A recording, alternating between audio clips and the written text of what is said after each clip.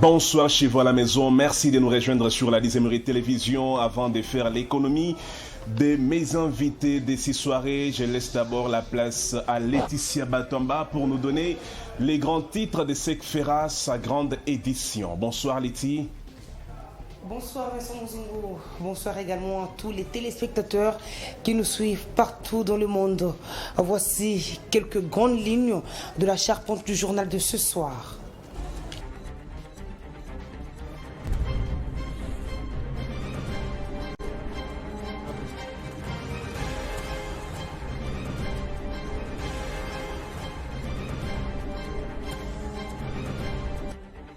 La nouvelle vient de tomber. Le Conseil de sécurité vient d'adopter à l'unanimité la fin de la procédure de notification en cas d'achat d'armes et matériel militaire. Et le mandat de la MONUSCO en RDC est renouvelé pour 1 an. Un offre de soulagement pour la RDC qui peut s'approvisionner en matériel militaire sans inquiétude.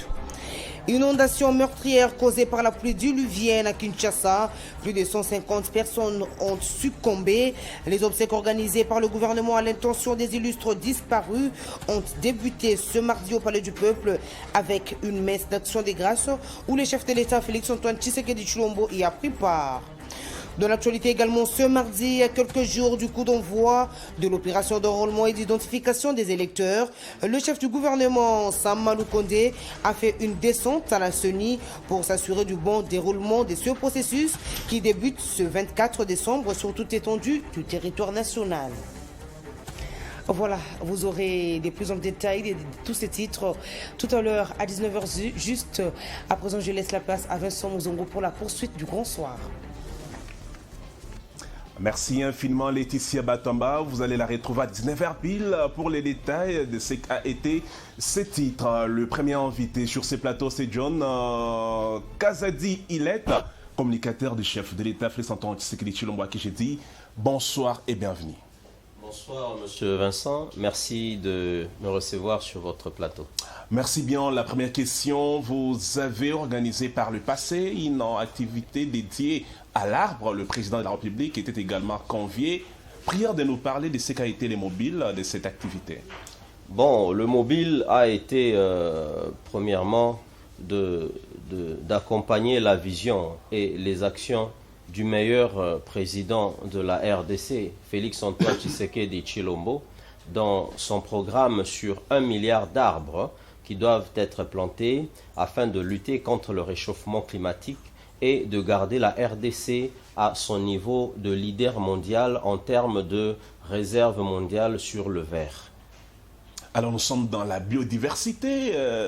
Cette initiative était basée sur quoi? Bon, premièrement, l'initiative a été donnée ou lancée où le go est venu de la génération Fachi, dirigée par notre présidente nationale, l'assistante personnelle du chef de l'État, Fanny Bomandeke Imenga. Et deuxièmement, nous avons eu la collaboration du conseiller spécial du chef de l'État en matière de l'environnement et de développement durable, le professeur Dieudonné Mosibono, qui est professeur à l'UNIKIN et qui a fait vraiment ses preuves scientifiques. Donc, vous comprenez. Alors, dans le fond de la manifestation, il y a eu plusieurs strates. Il y a eu la strate politique, il y a eu la strate diplomatique, il y a eu la strate culturelle et puis il y a eu la strate économique ainsi que la strate pédagogique. Dans la strate politique, il s'agit ici d'un des programmes phares du mandat du chef de l'État. Donc nous, Génération Fachi, statutairement, nous sommes là pour le soutenir sans condition. Voilà pourquoi est-ce que quand il a lancé ce programme d'1 milliard d'arbres, nous devrions emboîter le pas. Et c'est comme ça que nous nous sommes mis dans un programme de reboisement. Donc le jeudi 15 décembre, c'était le lancement de notre programme qui s'étend sur une année pour ce mandat, plus 5 ans pour le mandat qui vient, parce que nous allons l'avoir à coup sûr. Très bien, nous allons... Oui, allez-y, allez-y. La strate diplomatique est que actuellement, la RDC, avec le positionnement qu'elle a, par rapport aux réserves mondiales sur le verre, nous pouvons faire un bon chantage quant aux négociations internationales. Parce que actuellement, il existe le crédit carbone. Ça veut dire actuellement on fait le business avec l'oxygène et le carbone. Et nous, par rapport aux réserves que nous avons ici dans le bassin du Congo, nous pouvons faire le chantage parce que notre réserve est telle que nous pouvons vendre autant d'oxygène contre autant de gaz carbonique produits par les grands pollueurs, ça veut dire les pays qui ont des très grandes industries et qui particulièrement utilisent l'énergie fossile.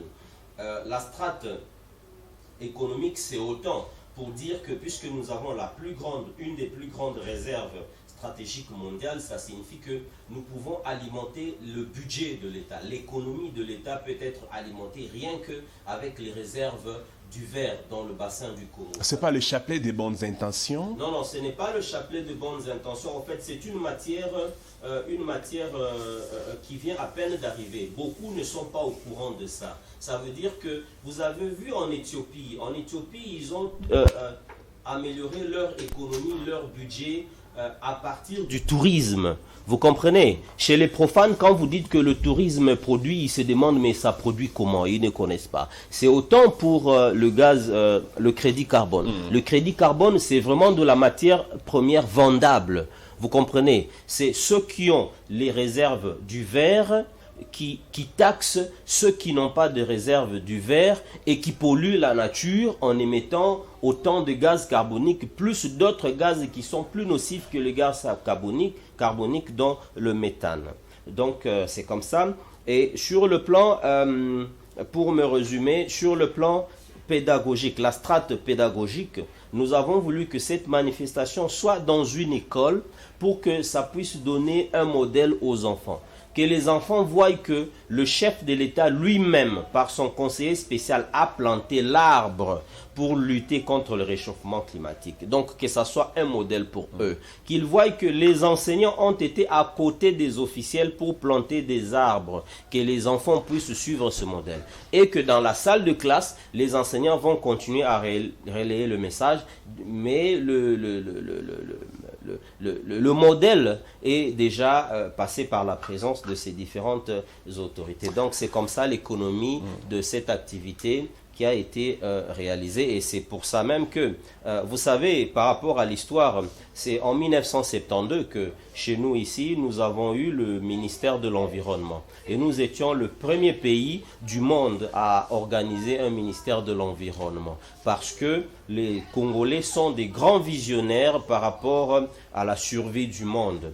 Et le chef de l'État, lui aussi, quand il arrive au pouvoir, il lance déjà le programme de plantation d'1 milliard d'arbres. Et puis, il lance RDC Pays Solutions. C'est pourquoi, aujourd'hui, Génération Fachi, associée avec plusieurs autres organisations non gouvernementales, travaillant sur l'environnement, sur l'agriculture, bref, sur le verre, nous le mettons déjà au rang du président écologiste mondial. Ça veut dire il est un des meilleurs et des rares et des plus grands défenseurs de l'écologie ou de l'environnement. Et vous allez même comprendre pourquoi est-ce que dans notre pays, on n'avait jamais eu un ministre chargé de l'environnement à très haut rang.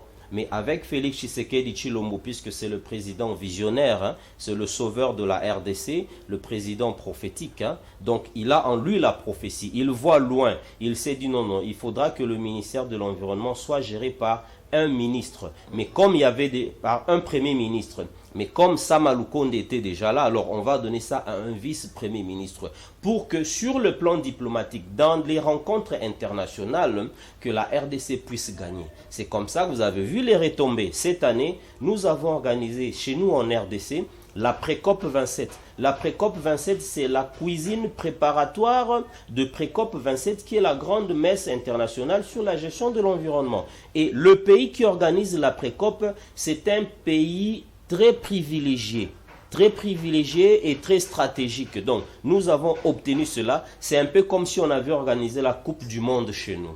Donc, c'est ça le bénéfice du mandat de Félix Antoine Tshisekedi Tshilombo. Très bien, c'était une parenthèse. Ouais. Nous la fermons vite fait. Nous allons ici exploiter l'angle politique, je l'ai dit dès l'entame de cet entretien, que le Conseil de sécurité des Nations Unies vient de rallonger son mandat d'une année en RD Congo, mais également le régime des notifications vient d'être levé. C'est ce qui était quelque chose de compliqué pour les Congolais. Je voudrais avoir votre analyse par rapport d'abord au régime des notifications levé, mais également le mandat de la MONUSCO rallongé à une année. Mais justement, chez nous, dans Génération Fachi, nous disons Génération Fachi, espoir du peuple, Fachi béton 3 fois, bic rouge parce que Félix Antoine Tshisekedi Tshilombo est venu corriger avec son bic rouge. Il a corrigé ce qui n'a pas été fait de bien pendant plusieurs décennies dans notre pays. Pendant plusieurs décennies, notre diplomatie a été bradée et puis nous avons été cochonnés, excusez-moi le terme, par les Occidentaux. Mais Félix Tshisekedi Tshilombo, l'héritier du Sphinx Étienne Tshisekedi, il a hérité du charisme et de la technique de gagner sans faire couler le sang, sans tenir les armes. Vous avez vu, nous avons remporté. C'est une victoire par la diplomatie seulement. Par la diplomatie. Donc et moi, je vous avais dit... Oui, c'est la diplomatie de Félix Antoine Tshisekedi Tshilombo. Parce que la guerre était complexe. Nous étions en guerre contre les Occidentaux, contre l'Amérique de manière particulière. Nous étions en guerre contre la France de manière particulière. Nous étions en guerre contre le Rwanda ainsi que les autres voisins. Mais par la diplomatie, nous avons remporté cela. Et moi, je vous avais dit, je suis passé sur votre plateau quelques temps passés, j'ai dit que la guerre dans l'Est est déjà finie diplomatiquement. Parce que diplomatiquement, il s'est déjà avéré que les différents traités ont été signés pour dire il n'y a plus de guerre, il n'y a plus ceci, plus rien ne peut faire ceci, plus rien ne peut faire cela. Tout ce qui reste, c'est un nettoyage. Mais est-ce que les déclarations suffisent pour mettre un terme à ce qui se passe dans la partie orientale? Mais je pense que ça suffit à 80%. À 80%? Oui, ça suffit à 80%. Parce que vous allez remarquer que Kagame, le M23 et le Rwanda sont contre murs rien qu'avec la diplomatie. La diplomatie, ce sont des déclarations. Parce qu'en diplomatie, on négocie. En diplomatie, on persuade. En diplomatie, on convainc. En diplomatie, on dissuade sur le mal. C'est ce que Félix Antoine Tshisekedi Tshilombo a fait depuis qu'il est au pouvoir. Les Congolais ne comprenaient pas parce qu'ils avaient prêté l'oreille aux personnes, aux moutons noirs, aux moutons noirs. Mais aujourd'hui, ils comprennent que tous les voyages que le président faisait et qu'il est en train de faire ont un avantage sur la RDC. Parce que pendant plus de 20 ans, notre diplomatie a été clouée de manière volontaire. Parce que ceux qui étaient à la tête de notre pays ont voulu clouer ça puisqu'ils n'étaient pas originaires de chez nous. C'était des personnes adoptées. Est-ce que vous comprenez ? Donc, ils étaient en train de jouer le jeu de l'extérieur. Et pour bien jouer ce jeu, il fallait clouer la RDC diplomatiquement. C'est comme ça qu'à un certain moment, nous nous sommes retrouvés dans certaines grandes messes internationales où la RDC était représentée par un Rwandais. Il est arrivé que la RDC soit représentée par un Rwandais, que ce soit un Rwandais qui parle au nom de la RDC. Ça ne se fait pas. Mais demandez-moi, en ces moments-là, où étaient les diplomates congolais ? Imaginez qu'il y a des ambassades congolaises qui ont manqué de locaux parce que le gouvernement passé ou le régime passé ne refusait de payer. Mais pendant qu'il y avait ces problèmes, même sous ces régimes, nous avons suivi certains diplomates déplorer cette situation à l'étranger. Oui, ils ont déploré, mais ils n'ont pas mis ça sur la tête de Félix Antoine Tshisekedi Tshilombo. Ils ont déploré parce que c'est une situation dans laquelle ils vivent et cette situation, Félix l'a trouvée. Et il est en train de trouver des solutions à cela. Vous savez, c'est pas facile de mettre fin à un mal qui a été pendant plusieurs décennies. C'est comme on dit en lingala, nzete si etengama orozongisango tout droit ndengini. C'est pas facile. C'est ce que Félix Antoine Tshisekedi Tshilombo a trouvé ici. Mais comme c'est un brave, comme il est héritier de Tshisekedi Étienne, comme il est le président prophétique, selon la prophétie de Kimbangu, l'homme qui est venu changer la RDC en Allemagne de l'Afrique, il va réussir. Parce que c'est une affaire spirituelle. Et vous allez comprendre comment. Parce que à son accession au pouvoir, il a accompli des très grandes choses spirituelles. Parmi ces très grandes choses, il nous a ramené la dépouille de notre ancêtre, et Patrice Emery Lumumba. Nous sommes des Bantous. Chez les Bantous, la dépouille de l'ancêtre a une très grande valeur sur le développement de la société. Lorsque vous négligez la dépouille de votre ancêtre, vous pouvez vivre des calamités pendant des décennies et des décennies. Alors, et c'est ce qui est arrivé à la RDC, mais Félix a changé ça parce qu'il a tenu le bic rouge. Congolais, et il va changer. Les Congolais, pas par les passés, pour ne pas parler de ces Congolais qui sont dans la partie Est, qui ont voulu que les casques bleus quittent le sol congolais. Est-ce qu'ils sont contents de cette décision du Conseil de sécurité qui rallonge encore d'une année le mandat de la MONUSCO en RD Congo? Bon, vous savez que gérer un pays comme la RDC n'est pas une chose facile. Hein. Nous ne sommes pas comme le Madagascar ou le Congo-Brazza d'en face. Hein. Nous sommes un pays continent. Non seulement un pays continent, mais nous sommes le tout premier pays stratégique en termes de réserves mondiales sur les minéraux et sur les ressources naturelles. Donc, lorsqu'on gère la RDC, il y a ces concessions que nous devons faire. C'est comme ça que beaucoup n'ont pas compris lorsque le président de la République est allé signer pour notre adhésion dans la CEAC, ainsi de suite. Ils n'ont pas compris. C'est un pays qui demande à ce que lorsque tu es à la tête, que tu sois un esprit. Que tu ne sois pas un homme comme ça. Félix, c'est un esprit. Un esprit, il voit des choses que les humains ne voient pas. C'est pas de la flatterie, tout ça. Ce n'est pas de la flatterie, c'est ce qu'il faut. Lorsque les enfants d'Israël en avaient assez sous le joug des Romains, ils étaient en train d'invoquer la venue imminente du Sauveur Jésus-Christ. Est-ce que vous comprenez? Ce n'est que normal. Les Argentins, lorsqu'ils étaient chez eux là-bas en Amérique latine, pendant la finale, qu'est-ce qu'ils faisaient? Ce n'était que d'intercéder en faveur de Messi pour qu'ils aient la Coupe du Monde. Mais notre Messi aujourd'hui, c'est qui? C'est Félix Antoine Tshisekedi Tshilombo, l'homme qui est en train de marquer des buts depuis qu'il est au pouvoir. Il n'échoue pas. Il ne fait qu'avancer. Regardez aujourd'hui.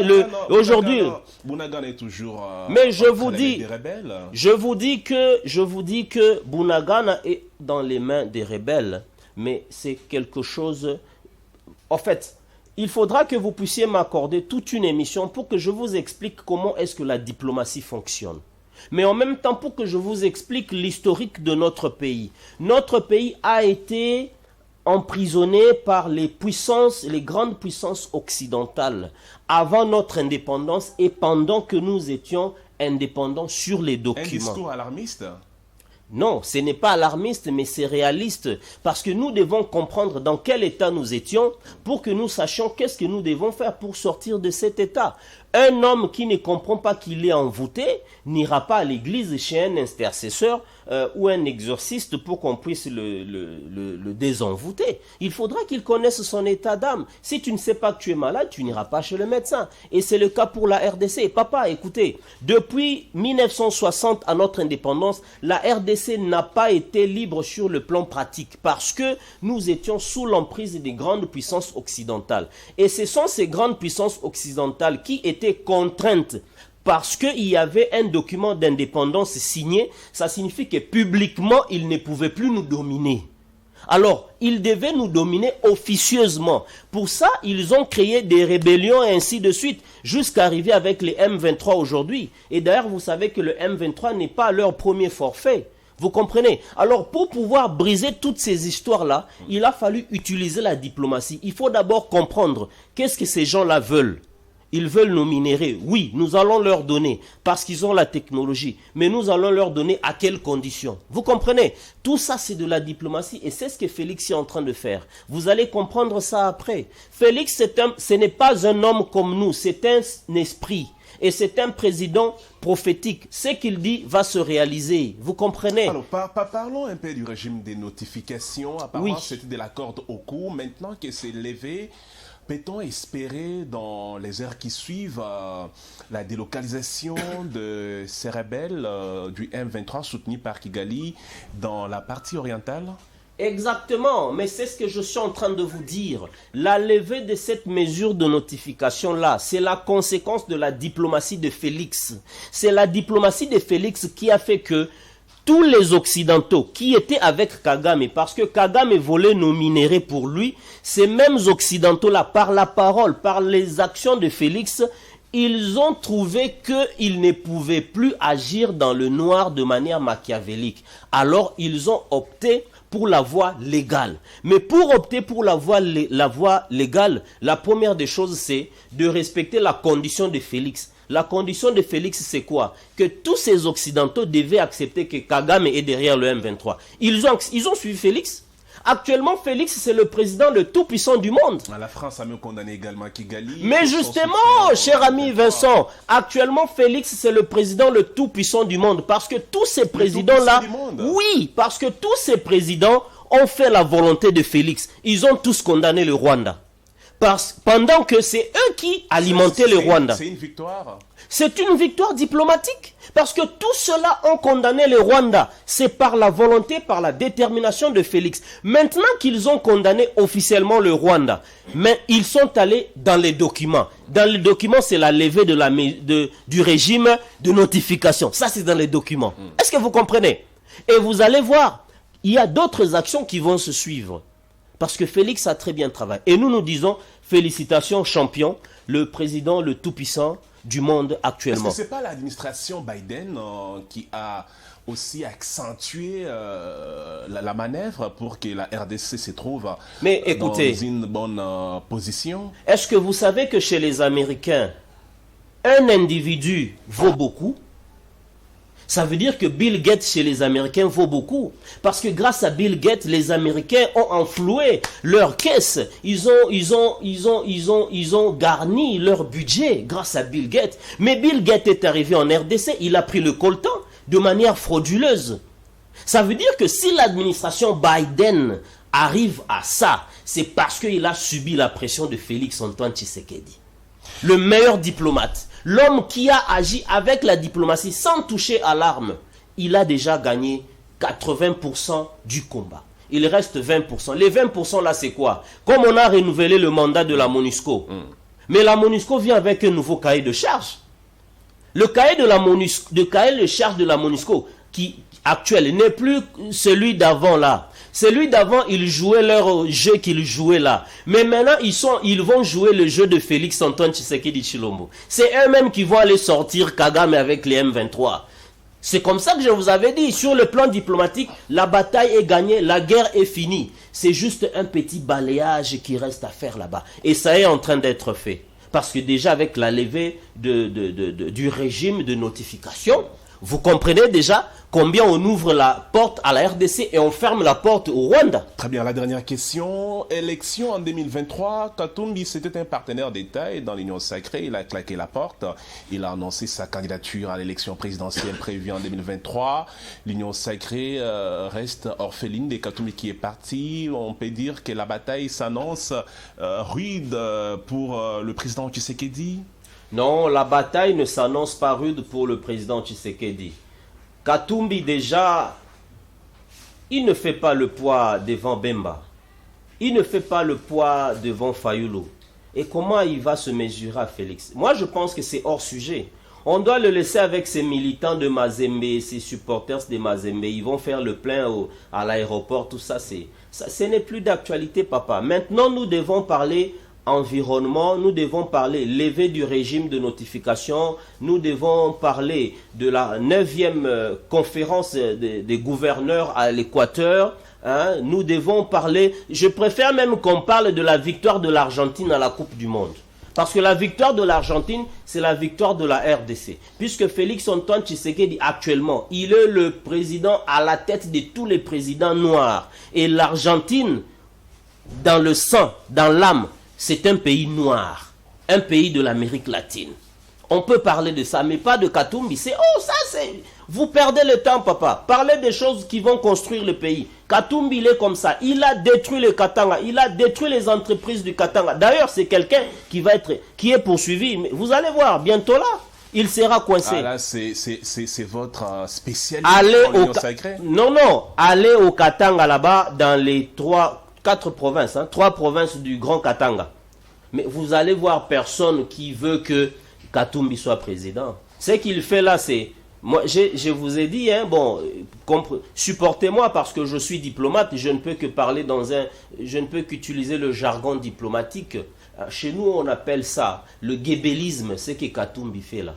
C'est la théâtralisation en politique et en diplomatie. Il fait des histoires comme ça, il va payer les 100 000 $. Bref, il veut se maintenir dans le rang des candidats présidents pour qu'après les élections, quand il aura 10, 20 députés, qu'il ait le moyen de négocier. Mais au fond, il sait qu'il ne passera pas. Donc c'est hors sujet. Je rappelle que vous êtes communicateur du chef de l'État. Il y a à dire, il y en a toute une panoplie, mais nous avons fini l'entretien. Là, vous me montrez l'étoffe, qu'est-ce qu'on a écrit? Je n'arrive pas à bien lire. Je suis cadre de Génération Fachi. Ah, cadre de Génération Fachi. La structure de cœur du chef de l'État, la structure qui suit le chef de l'État inconditionnellement. En tout cas, merci d'être passé. C'est votre maison. Nous allons vous recevoir très prochainement. Merci. Je compatis avec tous les sinistrés de la RDC, particulièrement ceux de Matadi Kibala, parce que moi-même, je suis sinistré. J'ai perdu ma maison et ma parcelle. J'ai perdu tous mes biens. Mais moi, je suis vivant. Pendant que certains ont perdu la vie, je compatis avec leur famille. Et je crois que demain, déjà, je serai sur terrain parce que c'est ma base. Je serai déjà sur terrain pour qu'on voie comment on peut se remonter le moral. Merci bien. La 9e session de la conférence des gouverneurs s'ouvre dans les Grands Équateurs. J'en parle tout de suite avec ingénieur junior Katende.